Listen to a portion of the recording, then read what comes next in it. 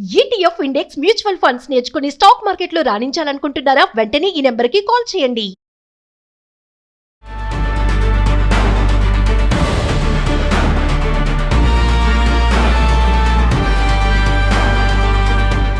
నమస్తే, welcome back to Suman TV. Present మనతో పాటు ఉన్నారు corporate soft skills trainer Madhuravani గారు.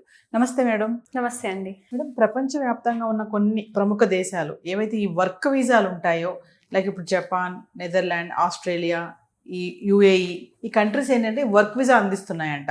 వాళ్ళ ఆర్థికంగా వాళ్ళు బలపడటానికి మన ఎవరైతే టాలెంట్ టెక్కీలు ఉంటారో కానీ వర్క్స్ కోసం చేసే వాళ్ళు ఉంటారో వాళ్ళకు అనుగుణంగా ఒక్కసారి వీళ్ళు అందిస్తున్నటువంటి ఆ వర్క్ వీసాల గురించి మాట్లాడుకుంటే ఒక్కొక్క కంట్రీ గురించి. మనం ఇన్ని రోజులు యుఎస్ఏ అనే అనుకుంటున్నాం, కానీ యుఎస్ఏ కాకుండా ఇంకా మనకి 6 కంట్రీస్ వర్క్ వీసా ఇస్తున్నారు.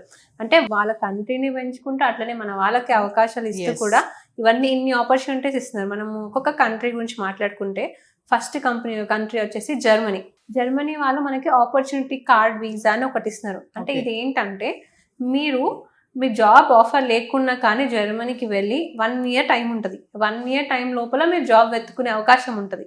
సో ఈ ఫ్లెక్సిబిలిటీ ఇస్తుంది జర్మనీ మన వాళ్ళకి. అంటే నార్మల్ కొన్ని కంట్రీస్ ఏంటంటే మీకు ఆఫర్ ఉంటేనే వర్క్ వీసా మీద వెళ్ళాలి, కానీ జర్మనీ అట్లా కదా, మీకు కొన్ని ఎగ్జామ్స్ ఉంటాయి కదా, అవి క్లియర్ చేసుకుంటే ఆ పాయింట్స్తో మీరు వెళ్ళొచ్చు. వెళ్ళి 1 year వరకు మీ జాబ్ టైం లిమిట్ ఉంటుంది. 1 year లోపు దాన్నే ఆపర్చునిటీ కార్డ్ అంటారు. అలా మనం జపాన్ కూడా చూసుకుంటే అక్కడ పాపులేషన్ తగ్గిపోతుంది. సో అక్కడ ఉన్న వాళ్ళ కంపెనీస్ గ్రో చేసుకోవాలంటే వాళ్ళకి టెక్కీస్ కావాలి. సో అందుకని ఏం చేస్తున్నారు, వాళ్ళు స్పెసిఫైడ్ స్కిల్డ్ వర్క్ వీసా అని ఇస్తున్నారు ఎవరైతే టెక్కీస్ ఉంటారో. ఎందుకంటే వాళ్ళ టెక్కీస్ కావాలి. వాళ్ళ జపాన్ చాలా అడ్వాన్స్ కంట్రీ, కాకపోతే వాళ్ళకి జనాభా తగ్గిపోతుంది. సో వాళ్ళకి జనాలు కావాలి. అందుకని ఇలాంటి ఒక వర్క్ వీసా ఇంట్రడ్యూస్ చేయడం వల్ల మన వాళ్ళు కూడా చాలా మంది అక్కడికి వెళ్ళి వర్క్ చేస్తున్నారు. అంతేకాకుండా యుఏఈ కూడా one of the leading country, అంటే మంచి అడ్వాన్స్డ్ కంట్రీ. వాళ్ళు కూడా గోల్డెన్ వీసా, గ్రీన్ వీసా ఇస్తున్నారు. అంటే ఇక్కడ మనకేంటి ఓన్లీ జాబ్ అనే కాదు, ఫ్రీలాన్సింగ్ చేసే వాళ్ళకి కూడా స్పాన్సర్ లేకున్నా కానీ 5 to 10 years వీసా ఇస్తున్నారు. ఫ్రీలాన్సింగ్ వాళ్ళకి కూడా జనరల్ గా ఏ కంట్రీ ఇవ్వదు, బట్ యుఏఈ మాత్రం అది కూడా వాళ్ళ వీసా చాలా ఫాస్ట్. ముందైతే 15 days పట్టేది, ఇప్పుడు 5 to 7 working days లో వీసా కూడా వచ్చేస్తుంది. గోల్డెన్ వీసా కానీ గ్రీన్ వీసా కానీ వచ్చేస్తుంది. అలాగే ఆస్ట్రేలియా కూడా. అంటే మనం ఈ 6 కంట్రీస్ మాట్లాడుతున్నాం, ప్రతి ఒక్క కంట్రీ ఒక్కొక్క వర్క్ వీసా ఇస్తుంది. ఎందుకు అని మాట్లాడుకుంటే వాళ్ళకి టెక్కీస్ లేక, అంటే వాళ్ళు ఉన్న పాపులేషన్ మనంత అడ్వాన్స్ లేదు. వాళ్ళకున్న స్ట్రెంత్ ఏవైతే స్టూడెంట్స్ ఉన్నారో మనంత అడ్వాన్స్ టెక్నాలజీ కానీ అంత ఇంత స్కిల్డ్ లేరు మన వాళ్ళు.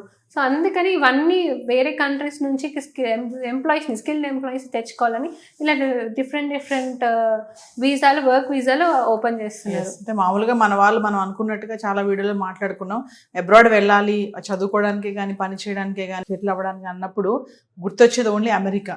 కానీ ఇప్పుడు అమెరికా కాకుండా ఈ కంట్రీస్ ఏవైతే ఉన్నాయో వర్క్ వీసాలు ఇవ్వడం కానీ, మీరు అన్నట్టుగా ఆపర్చునిటీ కార్డ్ అని చెప్పేసి, ఒక దగ్గర జనాభా తగ్గిపోవడం వల్ల టాలెంట్ ఉన్న వాళ్ళు రండి అని చెప్పేసి, అంటే వీటిని మన వాళ్ళు ఇప్పుడు యుఎస్ఏ కాకుండా వీటిని ఉపయోగించుకోవడం వల్ల బెనిఫిట్స్ ఎలా ఉంటాయి మన వాళ్ళకి? చాలా బెనిఫిటే కదా మీకు.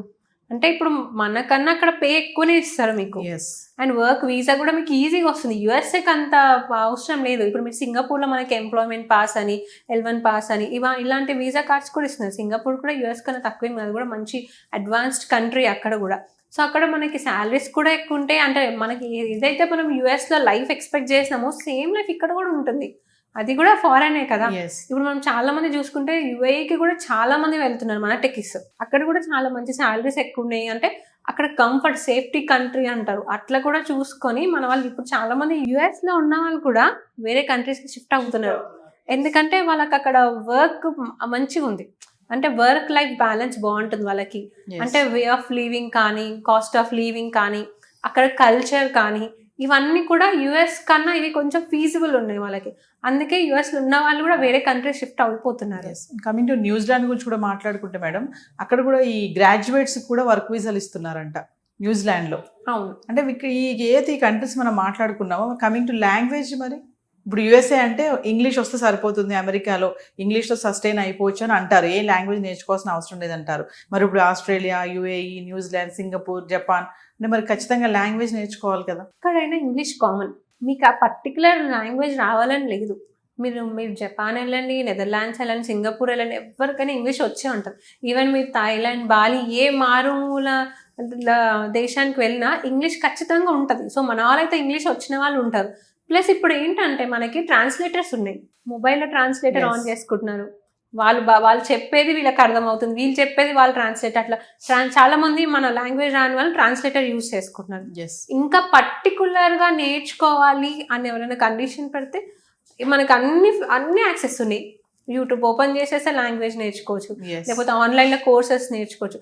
పర్టికులర్గా ఎవరైతే లాంగ్వేజ్ రావాలి అని, ఎందుకంటే ఇప్పుడు మనం టెక్కీస్ కదా వెళ్ళేది, సో ఇంగ్లీష్ ఆప్షన్ మనకి, అది గ్లోబల్ లాంగ్వేజ్ కాబట్టి ఇంగ్లీష్ ఒక్కటి వస్తే సరిపోతుంది. ఇన్ని దేశాలు వర్క్ వీసా అందిస్తున్న ఈ టైంలో మరి మీరు అన్నట్టుగానే అమెరికాలో ఉంటున్నటువంటి కొంతమంది ఎవరైతే మన వాళ్ళు ఉంటారో అటు ఈ దేశాలు కూడా షిఫ్ట్ అయిపోయే అవకాశాలు ఉన్నాయి కదా. చాలా మంది, మనం రీసెంట్ గా ఒక పోస్ట్ కూడా చూసాము, ఒక అమ్మాయి యుఎస్ఏ నుంచి ఢిల్లీకి వెళ్ళిపోయింది.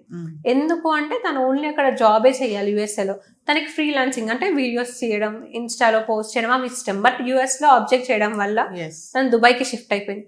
షిఫ్ట్ అయినందుకు తనకి ఇన్కమ్ డబుల్ అయింది, స్వేచ్ఛ, ఫ్రీడమ్ దొరికింది. ఒకటే దాంట్లో ఉండకుండా వేరే కంట్రీకి వెళ్ళినాక తనకి ఇన్కమ్ డబుల్ అయింది, 2 సోర్స్ ఆఫ్ ఇన్కమ్స్ వచ్చినాయి, అంటే 2 పొజిషన్స్ వచ్చినాయి కదా తనకి. ఒకటి ఇట్లా సాఫ్ట్వేర్ డెవలపర్, ఒకటి ఇక్కడ కంటెంట్ క్రియేటర్.